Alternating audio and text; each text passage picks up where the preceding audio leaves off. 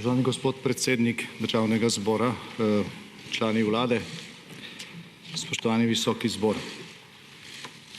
Po odstopu predsednika vlade je koalicija strank, Slovenske demokratske stranke, Stranke modernega centra, Nove Slovenije in Demokratične stranke upokojencev dogovorila novo koalicijsko pogodbo za Slovenijo, za blaginjo Slovenije. Ta koalicijska pogodba je temelj vladnega programa.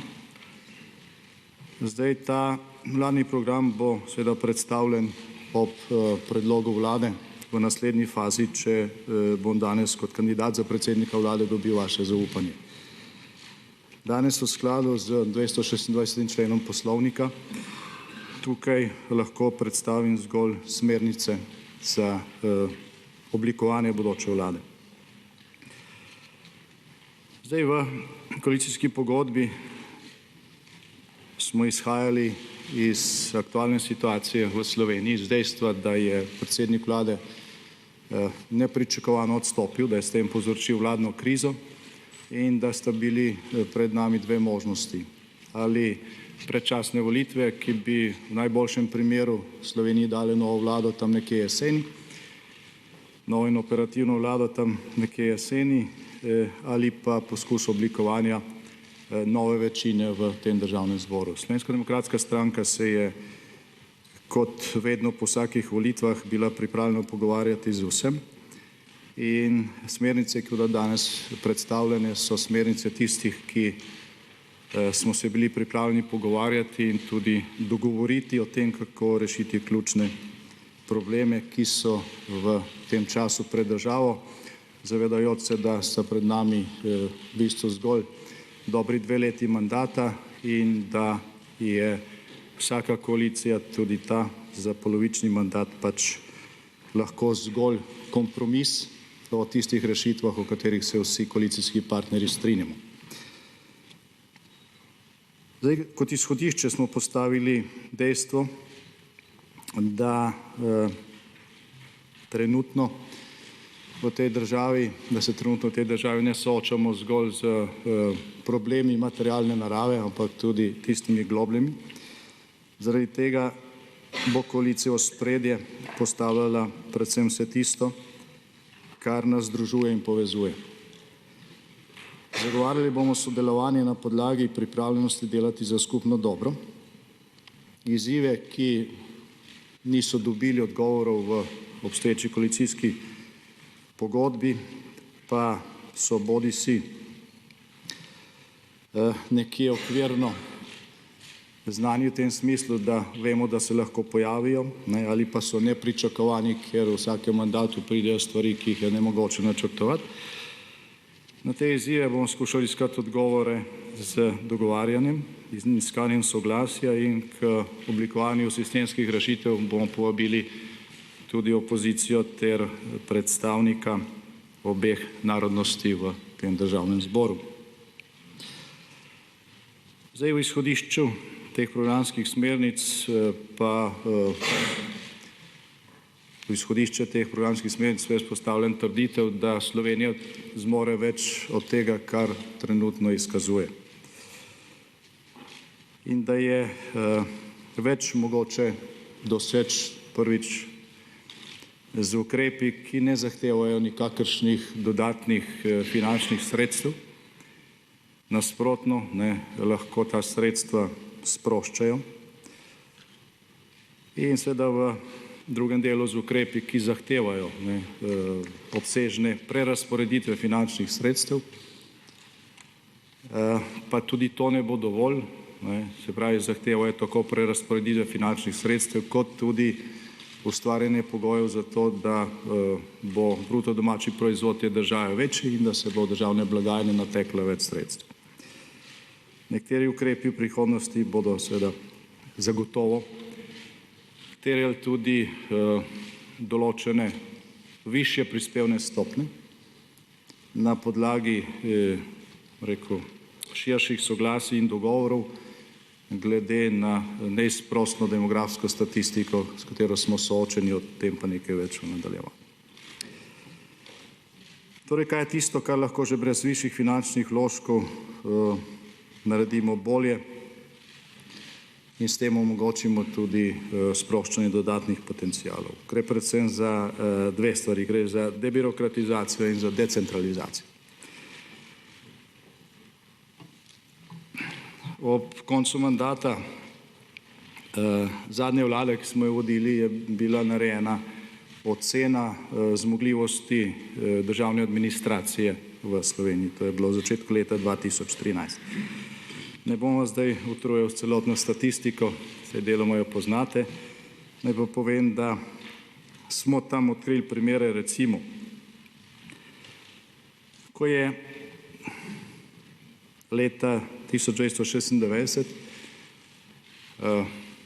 pač ne tako dolgo nazaj od tistega časa, ko je bila ta ocena narejena, neke postopke v nekem ministrstvu opravljalo 12 ljudi.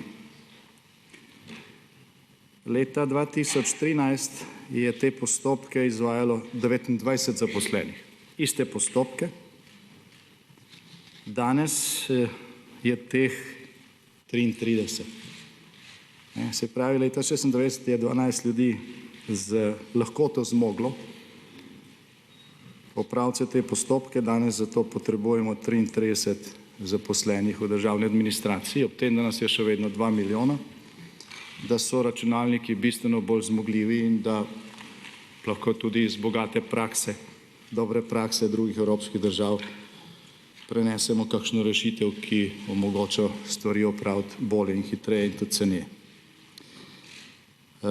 Se pravi, imamo del, ne v celoti, ampak imamo del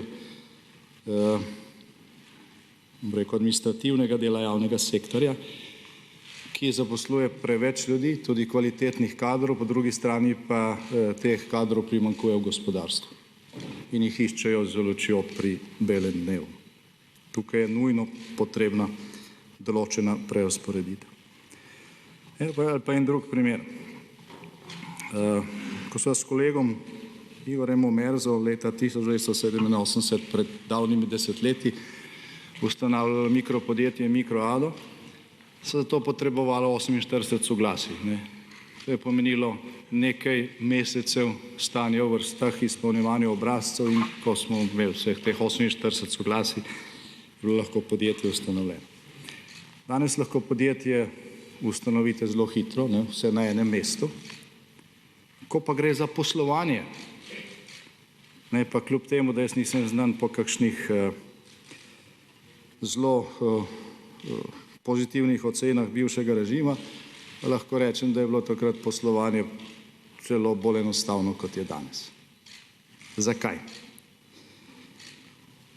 Leta 1992, ko je Slovenija ne samo že bila samostojna država, bili smo tudi mednarodno priznani, imeli smo lastno valuto, diplomacijo, vojsko močnejšo, kot je danes, policijo, usposobljeno, skratka vse institucije, ki so več ali manj delovale. Takrat je v Sloveniji veljalo manj kot 2000 predpisov. Takrat so veljali 404 zakoni in 1555 podzakonskih aktov. Danes, oziroma konec lanskega leta, smo imeli v tej državi v veljavi 860 zakonov in 20.101 podzakonski akt na državni ravni. Zdaj, število podpisov se je podeseterilo v tem času. Podeseterilo. In mi smo prišli iz nekega stanja, ki ga je leta 1991 definirala slovenska ustava, in s katero smo začrtali nek ustavni red, v katerem je dovoljeno vse, kar ni prepovedano, in kjer zakonsko podlago za ravnanje potrebujejo državni organi, ne pa državljani, v stanje, kakršno je bilo pred sprejetjem te ustave. Ko je državljanu dovoljeno samo tisto, kar je izrecno predpisano, pa še tega ne pozna, ker je nemogoče poznati 20.000 predpisov. Poleg tega to generira ogromne stroške upravljanja z državo, generira dolge postopke pred organi, izgubljene ure, dneve, tedne, mesece, leta. In v bistvu smo s to birokratsko navlako, s temi več kot 20.000 predpisi na državni ravni v Sloveniji povzročili protiustavno stanje. Ker je danes smo v neki situaciji, ko si mnogi v administraciji razlagajo, da je njim vse dovoljeno, da imajo diskrecijsko pravico, da če navaden državljan lahko naredi le tisto, kar je predpisano, in ko pride nekam reševati svoje težave, ga vprašajo, kje ima pravno podlago. Pravno podlago rabi državni organ. Njemu je dovoljeno tisto, kar je predpisano. On mora skrbeti za zakonitost in ustavnost. Brez tega, da bi en sam člen v ustavi spremenili, smo s temi 20.000 predpisi ustavno stanje postavili na glavo. In danes Slovenija v zvezi s tem ni družba ali pa država osebne, državljanske in podjetniške svobode, ampak je vse to drastično omejeno. Lahko bi vam naštel še na desetine drugih primerov. Mi smo opravili v zadnjih mesecih pogovore z velikim delom slovenskega gospodarstva. Slišali smo, drastične primere zadev, ki se vlečejo v postopkih že leta, kar onemogoča rast podjetij in kar podjetnike sili, da iščejo druge države za normalno funkcioniranje in kar seveda povzroča tudi slabo voljo in nenazadnje nižje plače zaposlenih. Na Agenciji Republike Slovenije za okolje trenutno stoji, mislim, da več kot 400 projektov. V teh 400 projektih je na 10.000 novih delovnih mest, je, če hočete, na desetine milijonov davkov in prispevkov, ki niso pobrani. Če bi se to realiziralo, bi se tam nekaj ustvarjalo, od tega se plačuje tudi davki in prispevki. In seveda v teh ostalih projektih je ogromno izgubljenih priložnosti za mlade, ki morajo potem te priložnosti iskati v tujini. Imamo zakonodajo, kjer ti lahko, ko se pripravlja nek večji projekt, ustanoviš civilno-družbeno organizacijo, nevladno organizacijo, kot se to pri nas reče, si stranka v postopku, vlagaš pritožbe, izsiljuješ, nikome ništa. Torej, z debirokratizacijo lahko bistveno pospešimo splošni razvoj v državi. Res pa je, da to, kar se je pač nabiralo desetletja, ni možno odpraviti čez noč, da grobi rezi včasih pač povzročijo tudi težave na drugem koncu in da se je tega treba lotiti organizirano in z taktom. Zdaj, druga takšna stvar je decentralizacija. O enakomernejšem regionalnem ali pa splošnem razvoju te države govorimo, odkar sogovornice v tem državnem zboru, pa tudi že prej se je o tem razpravljalo v nekdanji skupščini, ampak razlike se niso bistveno zmanjšale. Še največji pospešek k razvoju preko obrobnih regij je predstavljala reforma lokalne samouprave leta 1994, ko se je pač z možnostjo, da se o določenem delu skupaj ustvarjenega odloča na lokalni, na mikroravni, zagotovilo, da so se mnogi slovenski kraji bistveno hitreje razvijali, kot bi se pač brez tega. Ampak narejen je bil samo, polovičen korak, regij oziroma pokrajin še vedno nimamo. Tudi razprave, ki tečejo v tej smeri, so začete na napačnem koncu. Najprej treba ljudem pač predstaviti, kaj bodo z ustanovitvijo pokrajin dobili, potem pa črtati meje. Ker Če si ljudje predstavljajo, da je to zgolj nova birokracija, dodatni fikusi in pisarne, potem seveda javnost temu ne bo naklonjena. Je pa to potrebno tudi zaradi boljše organiziranosti države pri investiranju evropskih sredstev. Seveda državne oblasti nimamo zato, da bi uvajala uravnilovko. Povsod, kjer se je državna oblast izkoriščala za to, so uravnilovko dosegli, ampak v revščini. Glejte, kaj se dogaja v Venezueli, na Kubi ali v Severni Koreji. Ima pa država zato, da zagotavlja čim bolj enake izhodiščne možnosti, kar je nekaj drugega od prisilne enakosti. Zdaj, kako se zagotavljajo enake izhodiščne možnosti ali pa čim bolj enake izhodiščne možnosti za uspeh v življenju? Predvsem s tem, da se mlademu človeku omogoči kvalitetna izobrazba in da se vsem delom države omogoči infrastruktura. In to ne samo fizična, ampak tudi storitvena oziroma družbena.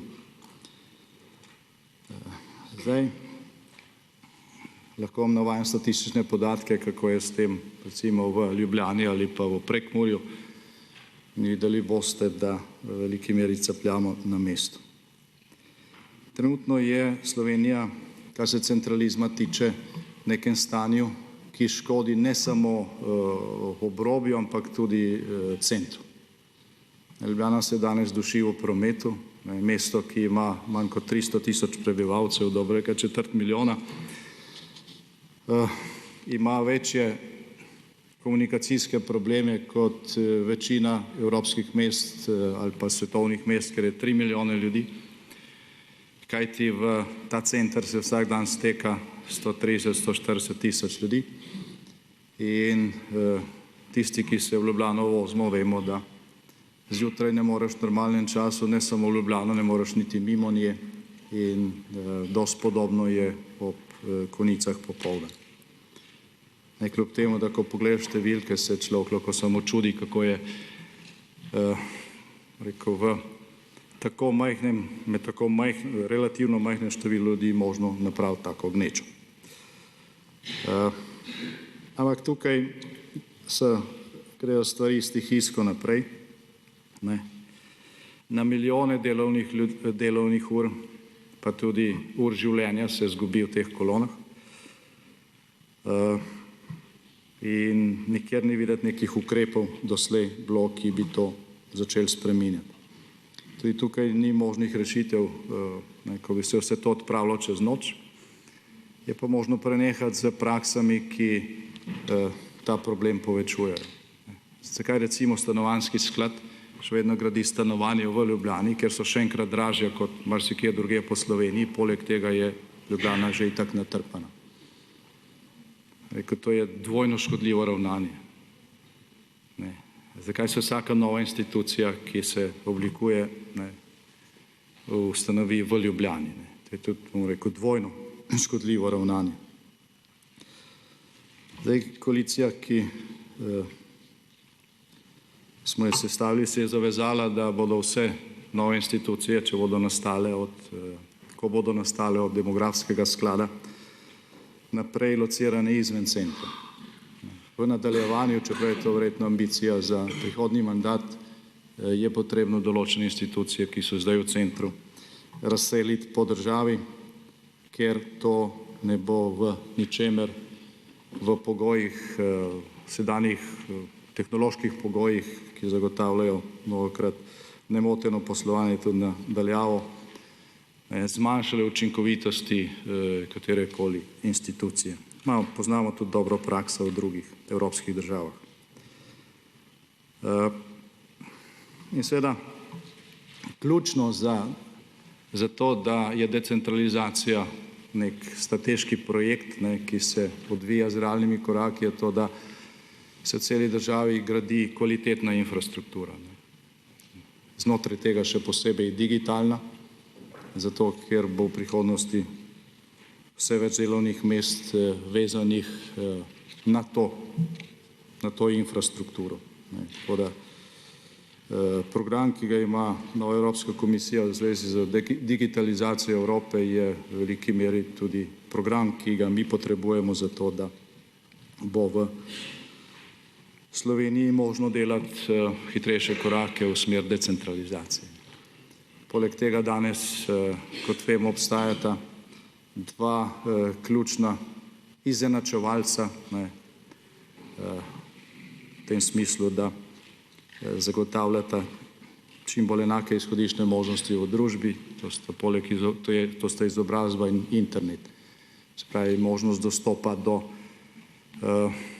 enormne količine podatkov, možnost obdelave in možnost izvajanja storitev brez tega, da se fizično premikaš. Zdaj, v drugem sklopu so seveda tiste stvari ali pa premiki, ki zahtevajo tudi obsežno finančno prestrukturiranje. Tukaj na prvem mestu, zdaj govorimo o strateških problemih te države, demografija. Slovenija ima 8. najstarejše prebivalstvo na svetu, eno najstarejših v Evropi, starejše od evropskega povprečja, cela Evropa ima ta problem. Slovenija je država z najvišjim demografskim tveganjem do leta 2050 na evropski celini. Vendar o tem razprava tudi v tem visokem zboru praktično ne poteka, kot da to pač ni naš problem, je to problem prihodnjih generacij, bodo že poskrbeli zase. Žal je to problem tudi te generacije in se ga je treba nemudoma lotiti. Tako da zaveza v koalicijski pogodbi o ustanovitvi demografskega sklada ni nekaj, kar je ena od koalicijskih strank izsilila, to je, bom rekel, splošno spoznanje celotne koalicije, da je to strateški problem, da to ni samo stvar vprašanja dostojanstva in pravičnosti, ko gre za starejšo generacijo.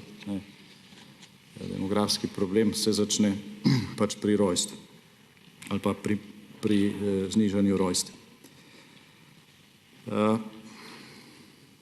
Torej, vse, kar rešuje ali pa mili demografski problem, ni sociala.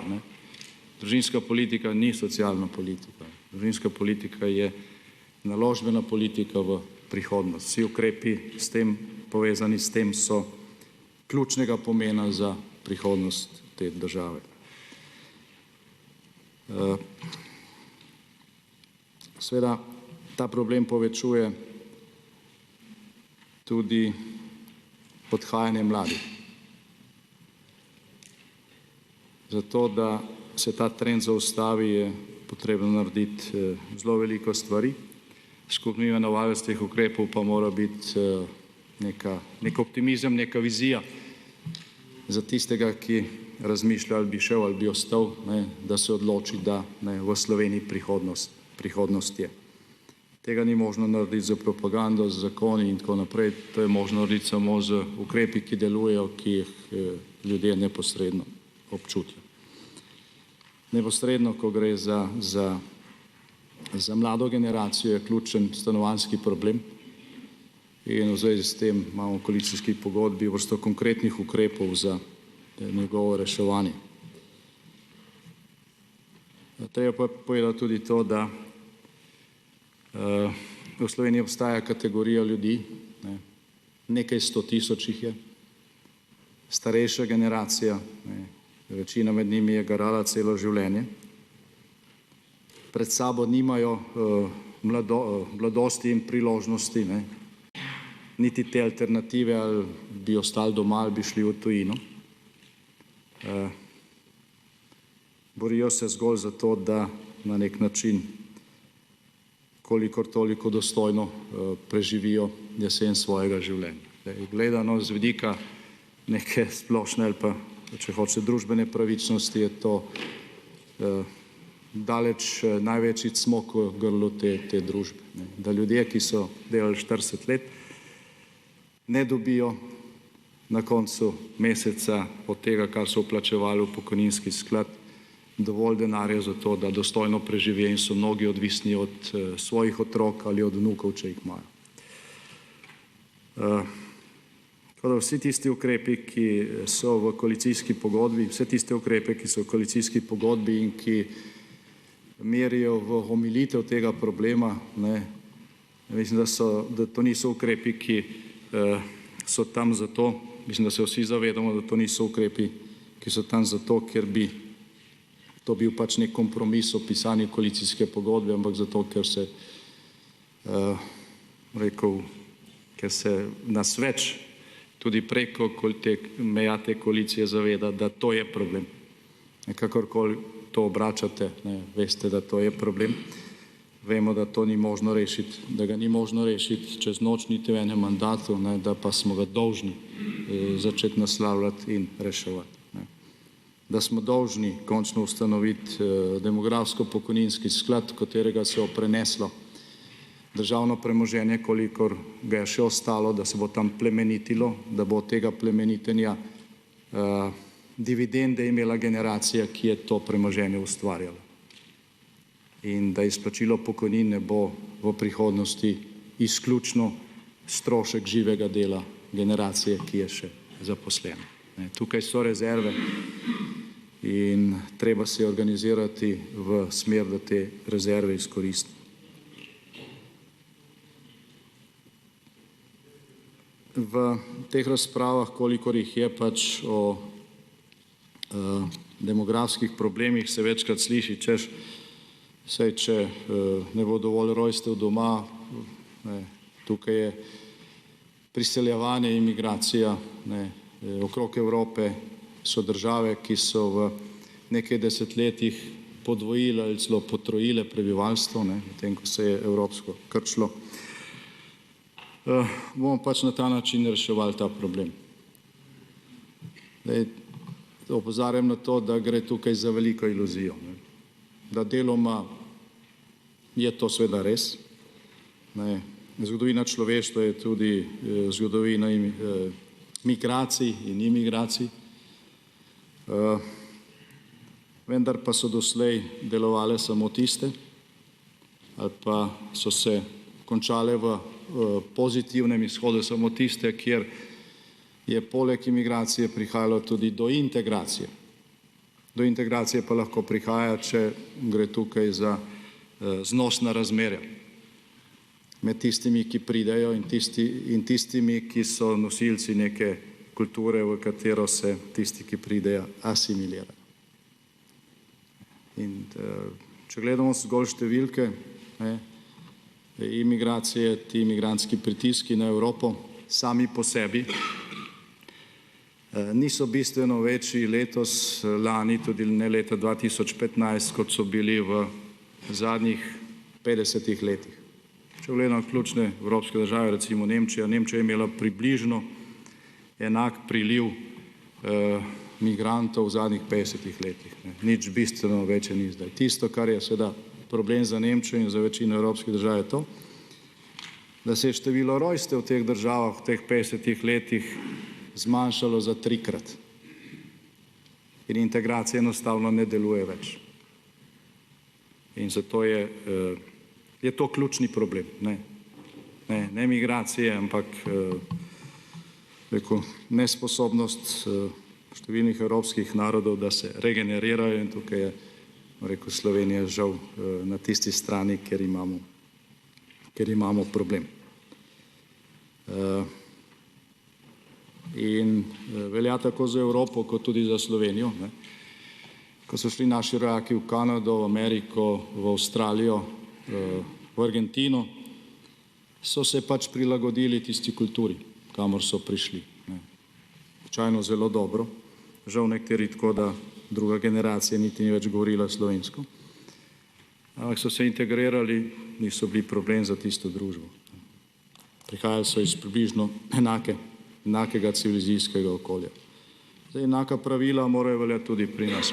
Tisti, ki pride k nam, če ga povabimo, je dobrodošel, če je v težavah in mu pomagamo tudi, vendar ne more pričakovati, da bomo mi sprejeli njegove navade, njegov način obnašanja, njegovo kulturo, ampak upravičeno pričakujemo, da bo on sprejel našo, vsaj tukaj ne bo delal težavo.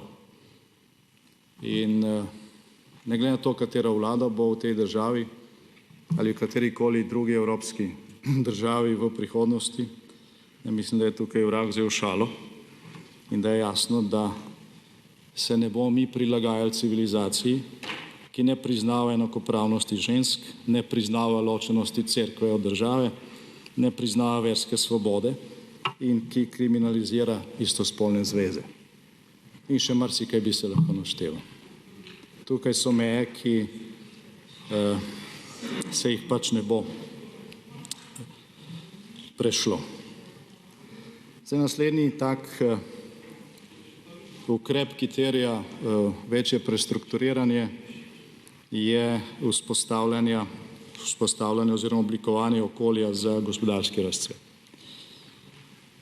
Zdaj lahko teoretiki obračajo stvari, kakor hočejo. Dejstvo je, da je skozi celotno človeško zgodovino in civilizacijo znano, da edino gospodarska rast, se pravi ustvarjanje nove vrednosti, lahko predstavlja trajno osnovo blaginje. Vse ostalo je blef, ki se plača. Lahko tiskate denar, bo vrednost pojedla inflacija, lahko se zadolžite, plačali boste glavnico in obresti, lahko prelagate določene obveznosti, ampak samo omejen čas. Torej, edino gospodarska rast je lahko trajna osnova blaginje in oblikovanje okolja za gospodarski razcvet je eden od ključnih izzivov, ki je pred slovensko državo. Tudi tukaj lahko pridemo do ciljev po korakih. Rešitve, ki jih je smiselno uvajati, morajo biti trajne. Nima smisla, da neka vlada za 2 leti naredi neko davčno reformo, pride druga vlada, to obrne nazaj, pride spet tretja vlada, se spet igra z sistemom, davčnim sistemom. Od tega ima gospodarstvo zgolj škodo. Tudi če so ukrepi, ki izgledajo dobro, pač investitorji vanje ne verjamejo, ker ne vedo, koliko časa bodo trajali. Tako da tukaj so potrebne trajne rešitve, pa tudi če traja nekaj dlje časa, da pridemo do njih. Zdaj, tudi v času oblikovanja koalicijske pogodbe je bilo veliko razprav o tem, kdo je zdaj v tej državi zaščitnik javnega šolstva, javnega zdravstva. Javno zdravstvo in šolstvo so moderne evropske države razvile ravno zaradi cilja, o katerem sem prej govoril. Zato, da država omogoča čim bolj enake izhodiščne možnosti mladim za uspeh v življenju in da, ko gre za zdravstvo, kreira pogoje, ki so temeljni pogoj za sožitje v družbi. Toda, ko govorimo o javnem,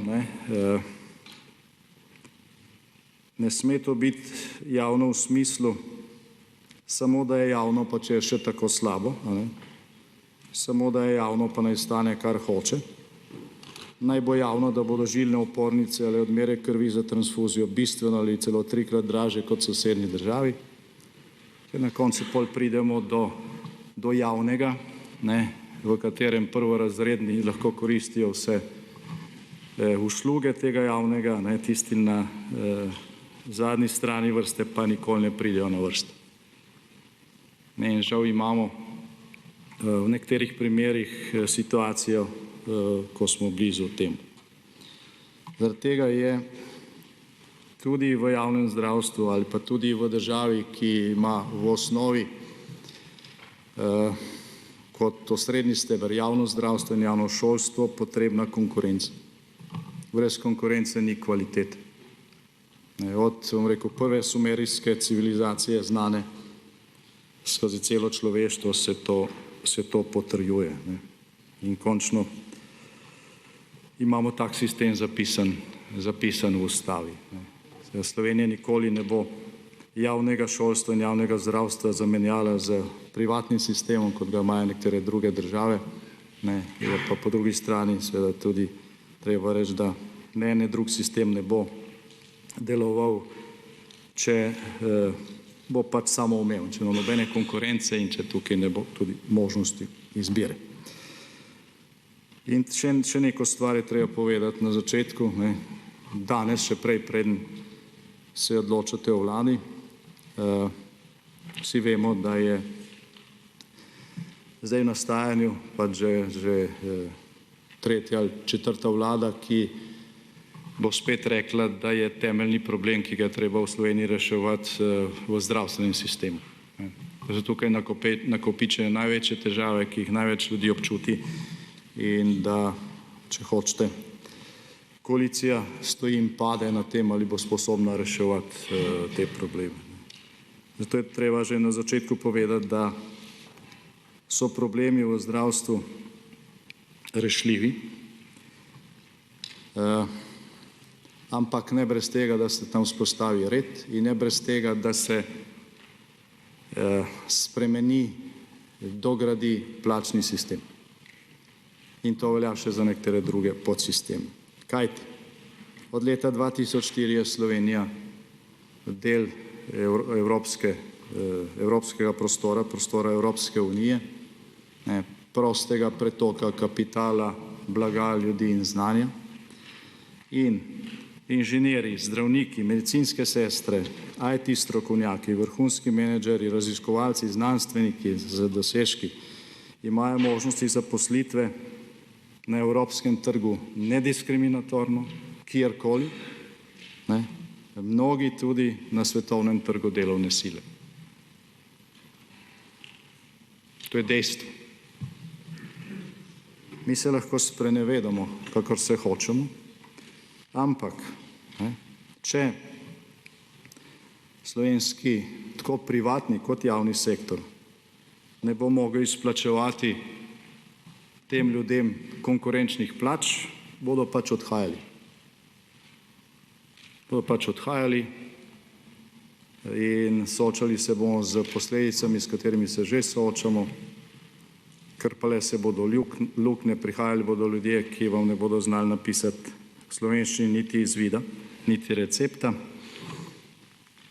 in tako naprej. Torej, hočeš, nočeš, s tem problemom se je treba soočiti in ga je potrebno rešiti in rešitve ni.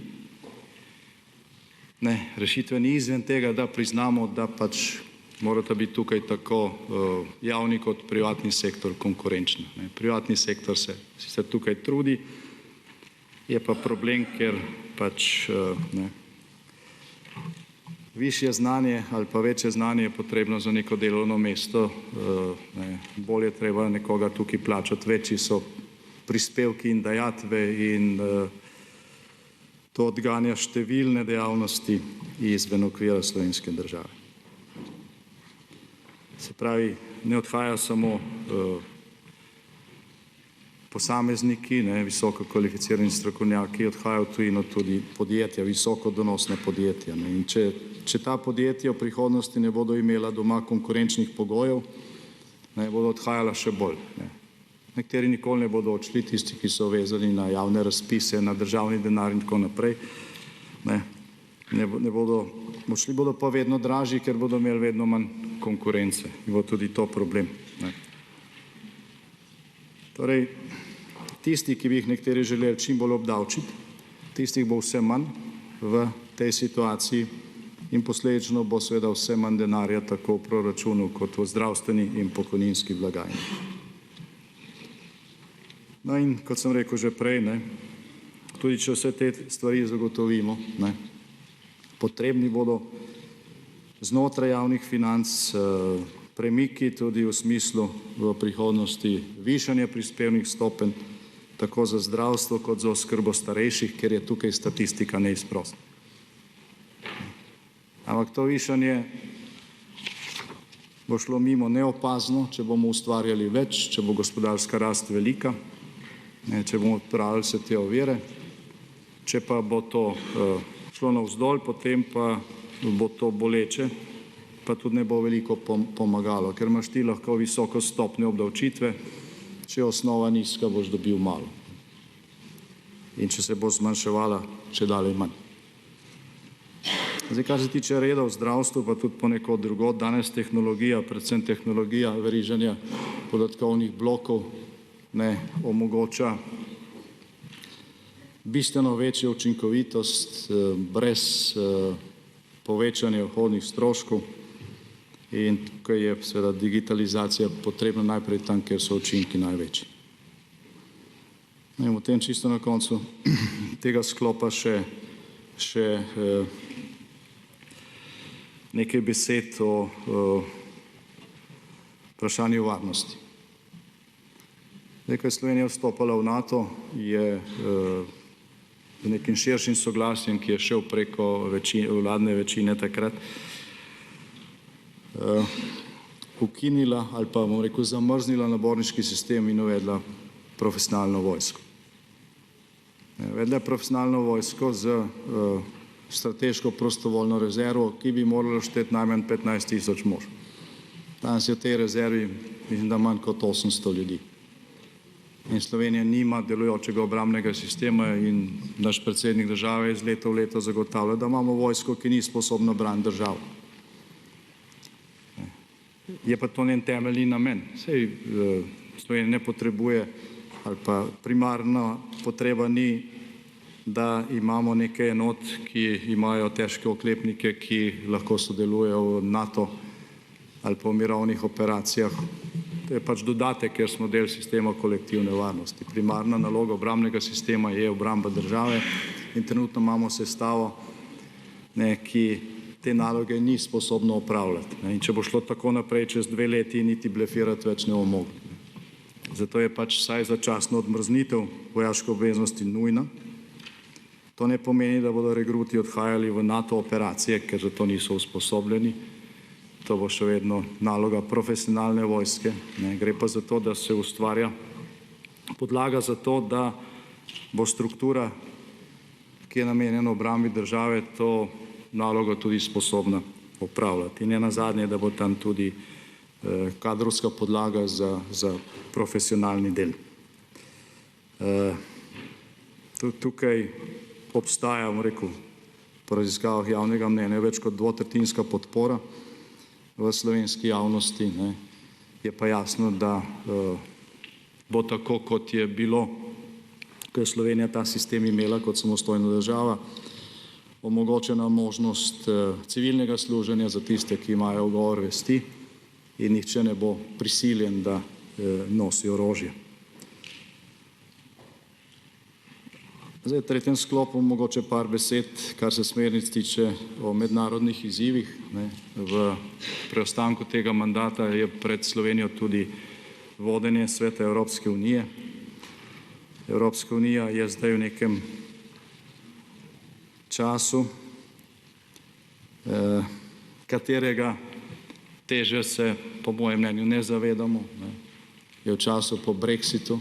Brexit je za Evropsko unijo strateška katastrofa, daleč največja od ustanovitve Evropske unije. In zdaj enostavno v Evropi ni čas za eksperimente. V bistvu bo šlo v prihodnjih letih, tudi v tem času, ko bo Slovenija imela tukaj večjo odgovornost, če hočete, da zelo poenostavim, za obrambo Lizbonske pogodbe. Za to podlago Evropske unije, ki danes pravno formalno velja in ki omogoča relativno enakopravnost držav članic. In tukaj so problemi. Zdaj, tisti, ki malo spremljate to evropsko okolje, veste, da se tukaj krepi pritisk večjih držav na spremembo načina odločanja v Uniji v smer pač večje teže večjim državam oziroma večinskega odločanja, da so ti pritiski znatni, da je to, bom rekel, en od glavnih sestavnih delov neformalnih predlogov v tej razpravi, ki se formalno začenja o prihodnosti Evrope in da nekateri od teh predlogov spominjajo na nekatere težnje v bivši SFRJ v zadnjem desetletju razpadanja. Ravno v teh zadnjih tednih se soočamo z problemom, ki grozi, da se ponovijo razmere iz časov migrantske krize leta 2015. Zdaj se vsi sprašuje, kako da Evropa ni naredila nobenih korakov za to, da bi bili na to bolj pripravljeni. To mimogrede ni čisto res, ker je bilo sprejetih kar nekaj rešitev. Nekatere žal niso implementirane, nekatere pa so in Evropa je vseeno v boljši situaciji, kot je bila takrat. Vseeno pa tega paketa, ki je bil predviden in s katerim bi se Evropska unija pripravila na podobne izzive, ki bodo prihajali, ni dokončala. Dobili smo le delne odgovore in zdaj bomo seveda, ta teden sta dva izredna vrha, cela Evropa se je zdaj s tem ukvarjala, vsi drugi problemi bodo zanemarjeni, zato ker pač se je predolgo spalo. No, kljub temu je potrebno tudi tukaj poudariti, da je Evropska unija v strateškem interesu Slovenije, da je v strateškem interesu Slovenije, da tako Evropska unija kot NATO delujeta v skladu s svojimi ustanovnimi cilji. Evropska unija je zgodovinski in civilizacijski dosežek evropske celine in možnosti, ki jih Sloveniji ta dosežek prinaša, še zdaleč niso dovolj izkoriščene. Predvsem Evropska unija zakladnica dobrih praks, vse, kar pri nas škriplje, lahko mi navedete katerokoli področje, vsaj eni državi članici Evropske unije dobro deluje, preizkušeno. Tudi mi v Sloveniji imamo nekatere rešitve, ki jih lahko drugim dajemo za vzgled. Žal pa, odkar smo članice Evropske unije, nismo bili dovolj sposobni gledati prek plotov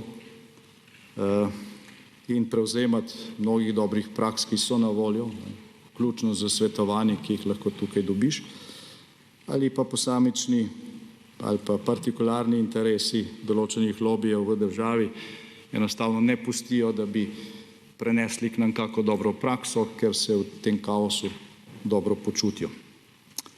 In zaradi tega skrbijo za to, da so ti plotovi, preko katerih ne gledamo, čim višji. Evropska unija je zgodovinski dosežek generacij in tudi voditeljev z tragičnimi izkušnjami dveh svetovnih spopadov, oba sta se začela na evropski celini. Evropska unija je predvsem nastajala kot mirovni projekt, kasneje dobil nadgradnjo. Ampak danes se je ta zavest v veliki meri žal porazgubila, ni več te neposredne izkušnje pri evropskih voditeljih, večina jih je rojenih v blagostanje in velikokrat se evropske institucije svalkajo v umetno povzročenih ali pa ustvarjenih dilemah, birokraciji in privilegijih.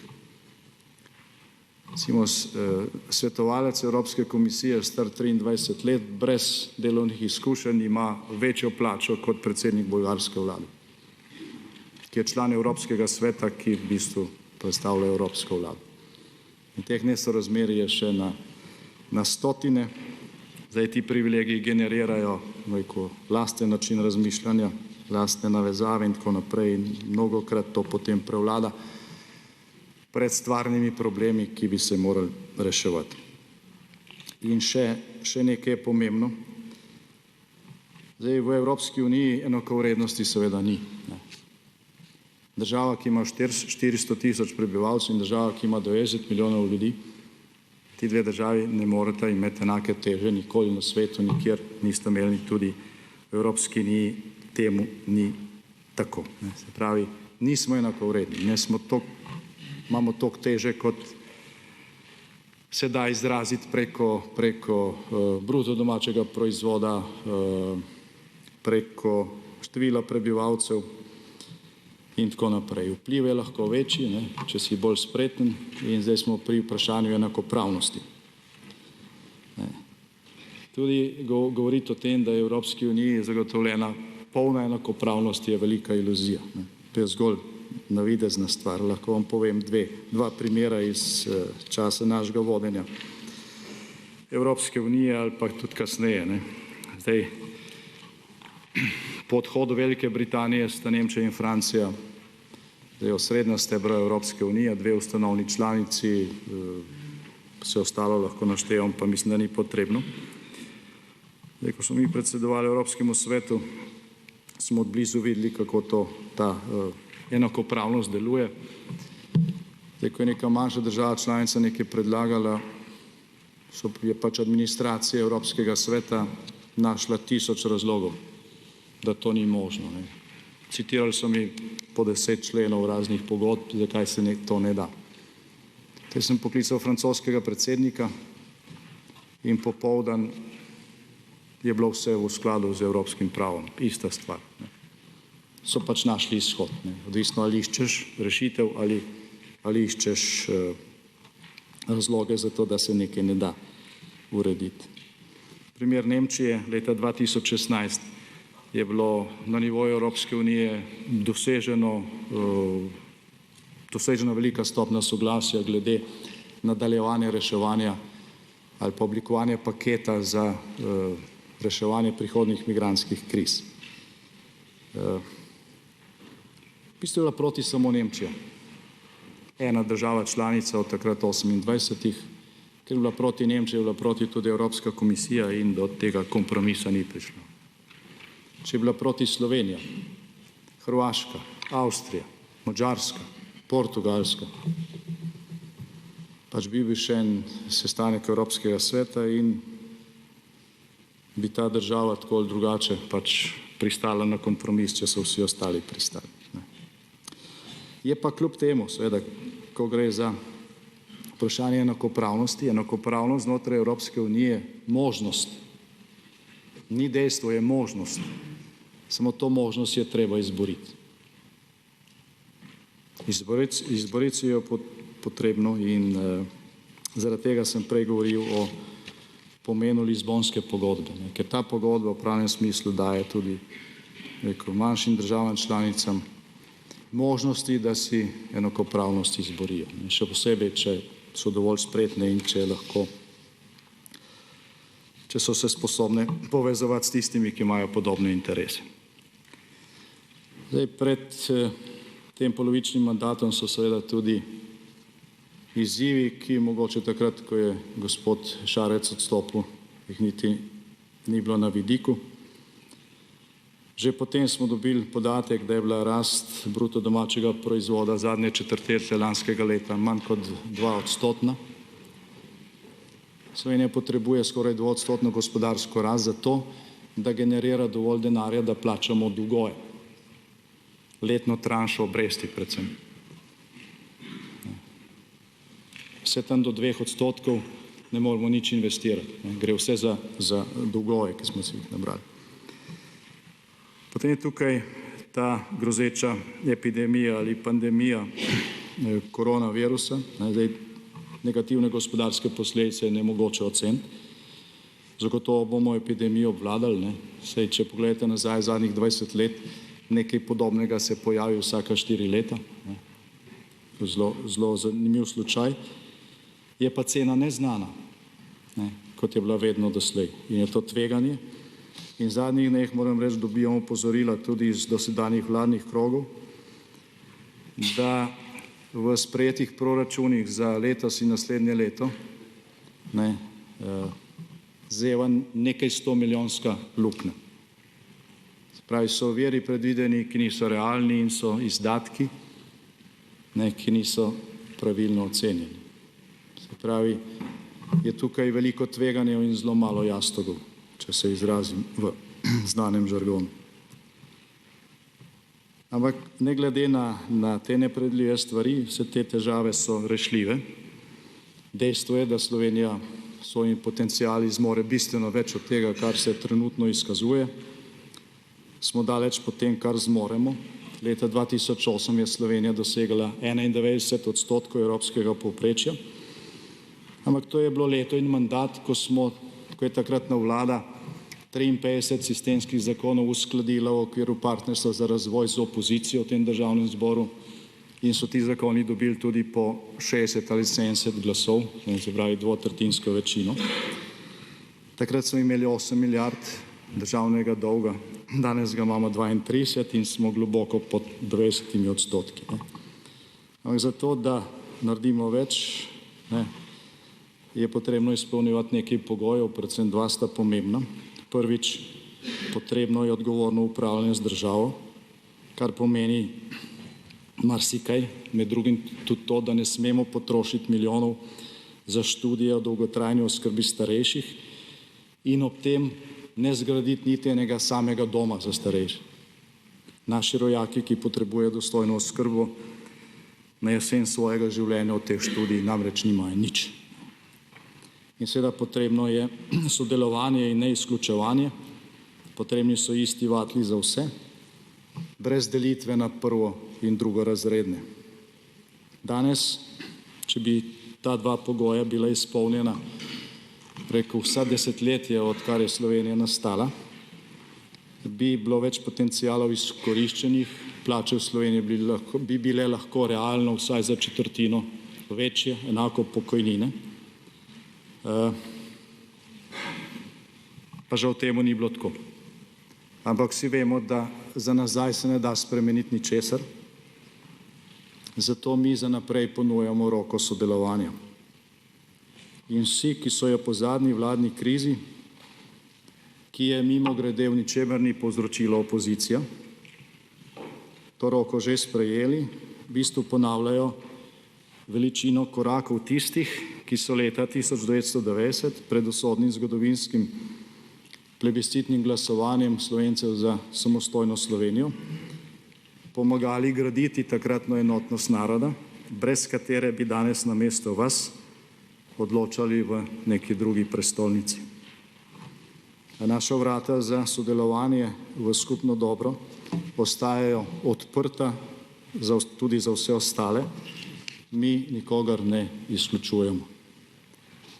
Ne obljubljamo čudežev, zagotavljamo pa delo in napore za skupno dobro. Imamo eno samo državo, edinstveno na svetu po svojih naravnih lepotah, tudi po trdoživosti njenega življa. Zato naj bo naša Slovenija naš skupen dom in domovina za vse. Hvala lepa.